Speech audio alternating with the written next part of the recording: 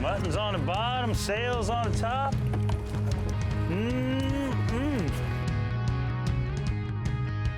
We're at a special place here in the Keys, and you know the way in which these bodies of water come together, and the quickness of how deep the water can get here. You know, you're in, 3 feet 1 minute, and you're in 200 the next. It's very fast. It's very quick. It's a fish factory.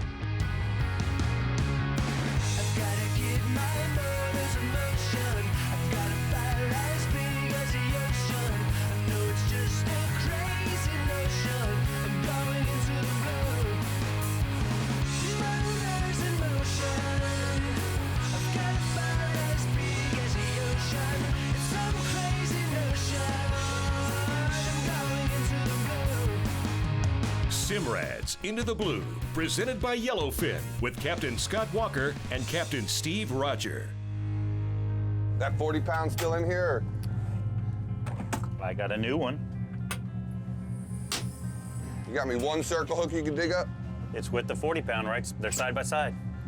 So we got up this morning and totally ready and geared up to catch some tarpon. We're in Key West, it's full moon, and we're getting reports left and right that the fish are in the harbor. It would be a great change of pace to spend a day on anchor jumping tarpon. Got everything you need there for that knot? Yeah. Where'd you go? Who are you? I know. It's the one time a year you'll see me using a circle hook, man. It's just really important with those tarpon. Use them light leaders. I don't get to fish a lot anymore, so when I come down to Key West and Steve says you want to go tarpon fishing, it's on. I'm all about it. We've got 200 pounds of shrimp bycatch, and all we got to do is drop anchor and start chopping baits, and we're going to catch tarpon all day long. So I was super excited about it, and I know in Key West, every marine you go to, there's tarpon swimming all over the place. So if Steve says it's good, we're going to go. We get up extra early, get a good start on the day, and there's tarpon rolling everywhere. But we're on a super moon, and the word on the street was a worm hatch.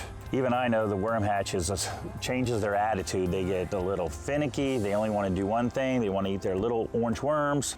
We didn't see any worms. We could already tell as soon as we set up in the morning that the tarpon were acting different. And we were there plenty of time with great tide, and we weren't getting any bites. We moved, we drifted, and at the end of the day, no matter what, if you're not catching anything, you got to change your game plan. All right, Scotty, we out of here. I'll get you a tarpon one of these days. Might be at the dock. I'm gonna save this chum then. Yeah, no, hold on to that. We'll use that somewhere. There was plenty of fish there, man. It's just like to have everything we do. You got to move on and change gears. So I think what we're gonna do is go try to find some bait and maybe get offshore and see what we can find out there.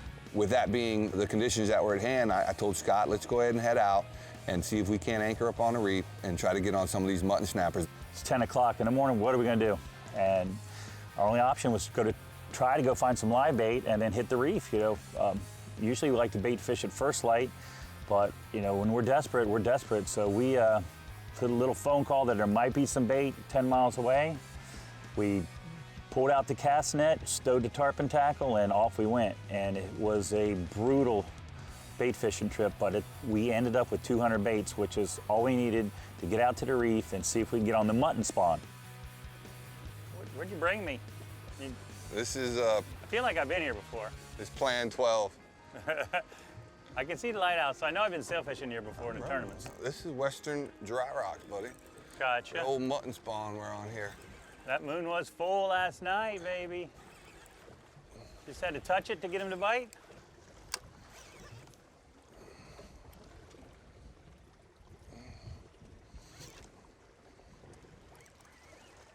Still on the bottom?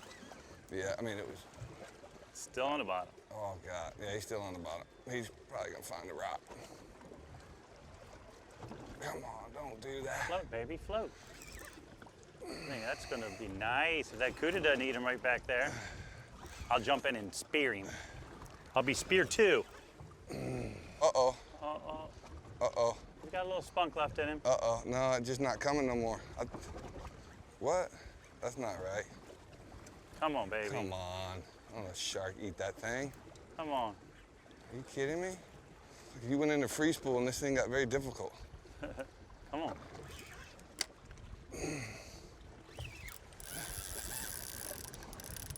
Doubled up. world do I got going on here? Oh, I'm in the rocks. Too much drop back. Oh, too much dragage.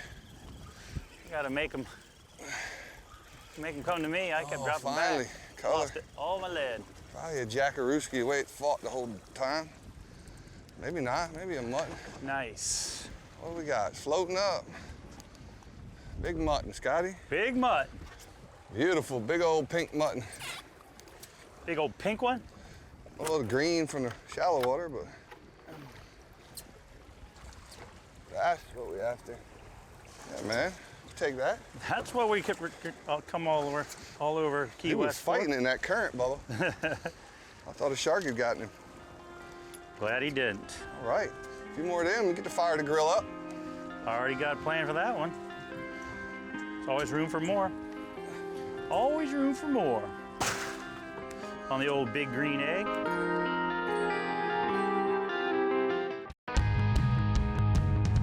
SIMRAD's Into the Blue, presented by Yellowfin, is brought to you by SIMRAD Go with Confidence, Bubba, the ultimate lifestyle, Sea Deck, your boat deserves Sea Deck, WAYPOINT, by Yamaha, reliability starts here, and by Ameritrail, Hawks K Resort, Power Pro, and Costa.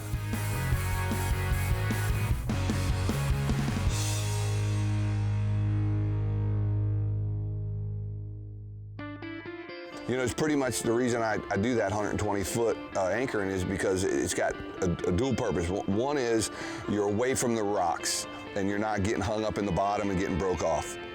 And the fish can't run you in the rocks. Two is the pelagics are right there on the edge. As soon as Steve suggested we go mutton fishing, I knew immediately that we're going to be fishing for muttons where the sailfish are. Scott, being the sailfish guru that he is, he always wants to have something out on top. So he put out a live bait, and there's been good, fair sailfish around. I know we were setting up for mutton, and I was setting up for a sailfish as well the whole time. And then I knew I was going to have 3 sailfish rods ready to go because it's spring tailing season, and with east current, the sailfish might not be on the surface, but they are still swimming by. That's in my blood. He's swimming towards us where the current's taking him to Duck Key. Look at him go. Oh, didn't walk in. Relax, baby. I didn't get my mutton yet. Better mark the spot, Stevie. Oh, getting angry. Oh, yeah. So got him? We're good, yeah. You always want to catch everything you hook. You don't want to lose it to something as simple as another fisherman's line or anchor line. The line's taut with the right amount of drag. Another fishing line just rubbing against it can cut the line. It's organized chaos. We already know what to do. We just need to know how to do it. So Steve finishes cleaning the pit, disconnects the boat, gets engine started, and then which way do we got to go? Working together, fishing together a lot. It was a chaotic situation, but we had the chaos under control. We'll get this fish and get right back to business. Don't fill my boots. You on braid yet? I'm back on the braid, but my fish is right next to that anchored boat. Dinner to show, Steve. There he goes. Back on top. A little angry. Coming to you. It's coming right to us. There, change his record. When he gets up, he gets going.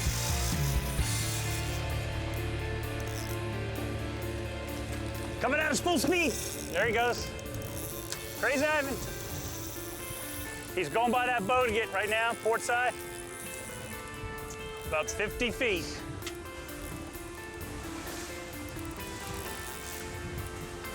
Nice. Nice. Nice, Scotty Walker. Coming in the boat. Leader's on. Coming in the boat. That's how you finish him up there, Stevie. Leader on the tip, airing out. Now I got him to go the right way. Down, Steve. Cut the wind help a little bit. That's quite the little action scene there. Yeah. Got your gloves? I'll bring them to you. Bumper ahead, Steve, I'll bring them to you. I'll bump it ahead. I'll bring it right to you. Hold on. There we go. Nice work. Got me off that ball so clean. Still got a little left. You got them scissors right there? Yes, I do.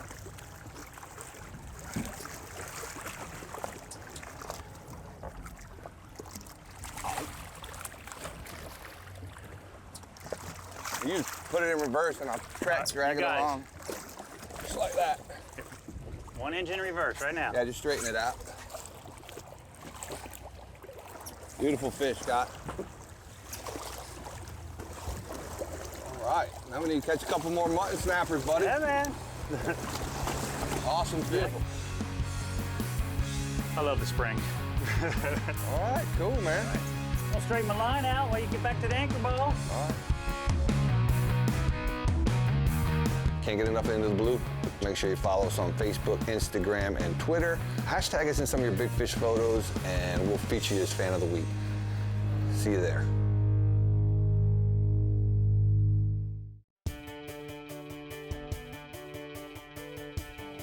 What you want to do is you want to try to get in line with a lot of guys. You don't want to get behind somebody. You don't want to anchor in their chum slick. You don't want to anchor where your anchor is going to impede them from being able to fish, where they're tangling into your anchor line, losing fish. So for me, etiquette's always the key. You know, you want to kind of give everybody some space and kind of get in line so where your chum is all working together as opposed to working against each other.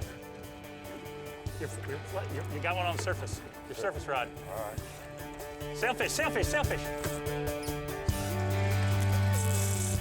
Another good tip is when you're fishing on the ocean side here in the Keys, it's very important to have an anchor setup that works out well for the situation. And with us, you know, I have a section of 400.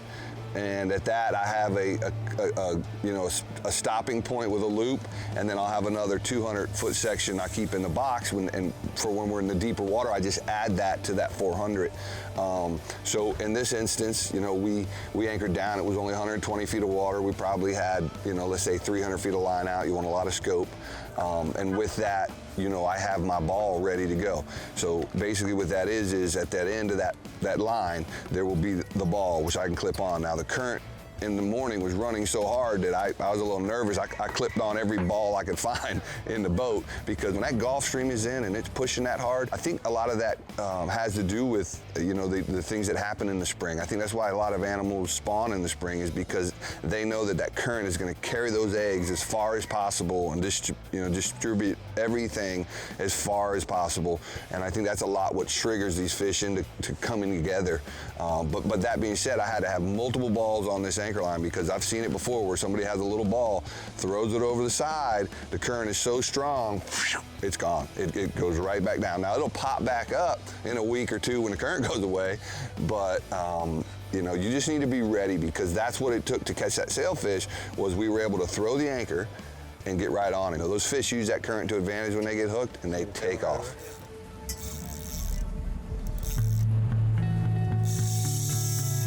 Oh, he's gone away. Still on? Yeah. Oh, he jumped him.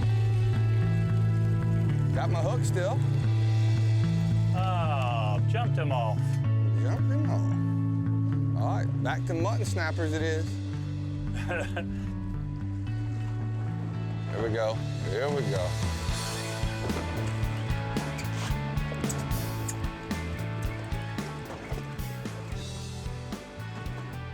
Come on, baby.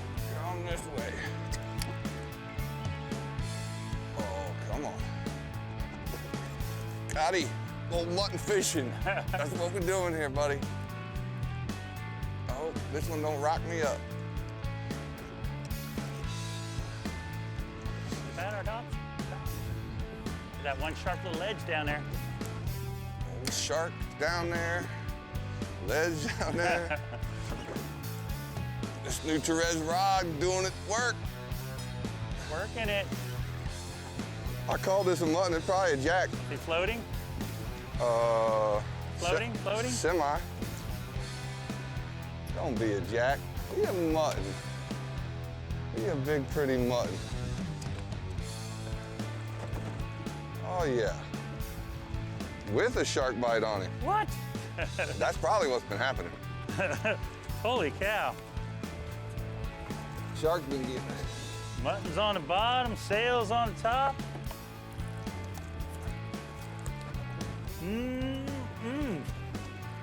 Fat one. Yeah, see that bite? Look at Yeah. that. Shark Take just... it.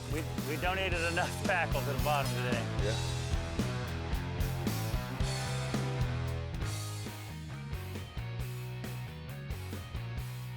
So YETI had come out with a hopper a few years back, very popular item, soft cooler, it didn't leak. You know, it was great for everything, whether you were just fishing, ballparks, kids picnicking, really cool item. Well, to be honest with you, the zipper was a little bit tough, but like YETI does, they're always raising the bar. They've come out now with the M30, and it has a couple straps right here you just unbuckle, and here you go.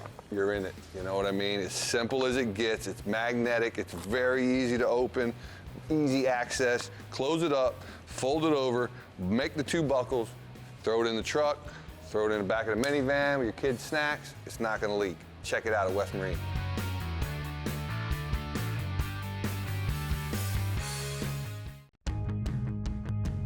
SIMRAD's Into the Blue, presented by Yellowfin, is brought to you by Yellowfin, only in a Yellowfin. Scales, every degree of water. YETI, built for the wild. West Marine, for your life on the water. And by SHIMANO. Big Pine Key. Nikon. Ocean's Edge Resort and Marina. And by Spear One Charters.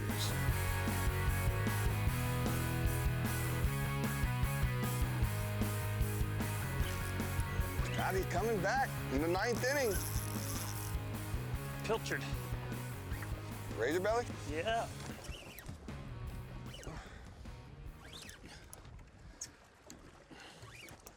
About to join you. All right. Put 3 on. What you got to do when they're little. It's like a shish kebab, steak, tomato, pineapple, shrimp. We came off the bottom pretty quickly. Fighting, fighting, fighting. Amberjackie.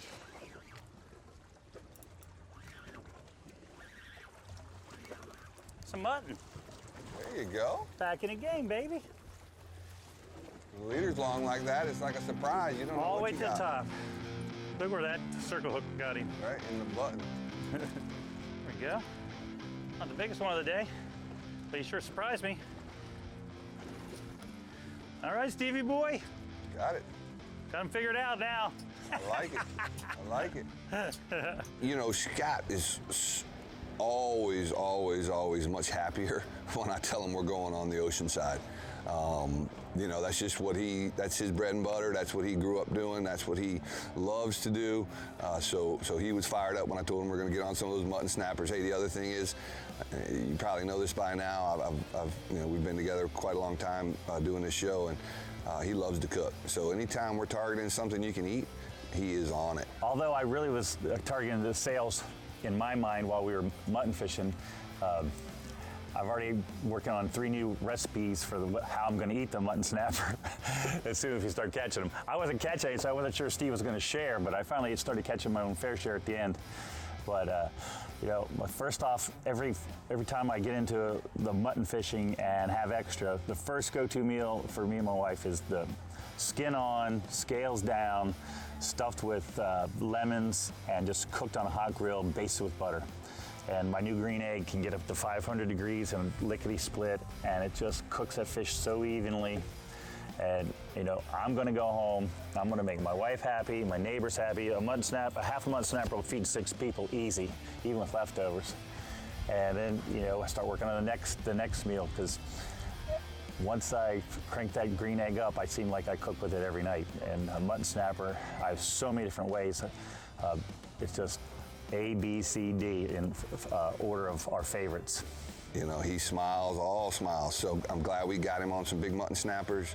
And at the same time, it was like a double birthday bonus for him because he got to catch his sailfish. I'm trying. I know. Hurry. It's Get not him in the easy. propellers. It's a safe zone. There's a monster. That's a, look how full, he ate all 3 pilchards. Yep. Get some color in that box now. We're making a little bit of dinner. Oh, that's a nice one there. Nothing like a big Key West flag right there, buddy. Skin down on the grill. Good stuff. You know, we're at a special place here in the Keys, and you know, the way in which these bodies of water come together and the quickness of how deep the water can get here. You know, you're in, you know, 3 feet 1 minute and you're in 200 the next. It's very fast, it's very quick. It's a fish factory, you know, it really is. We have so much fish, such an abundance that constantly is moving through. To me, it's probably one of the best fisheries there is because of the fact that the variety is so huge.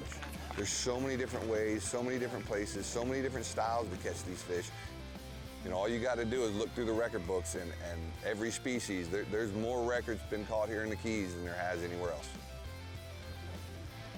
Key West pinks. Oh, this one's full of sand.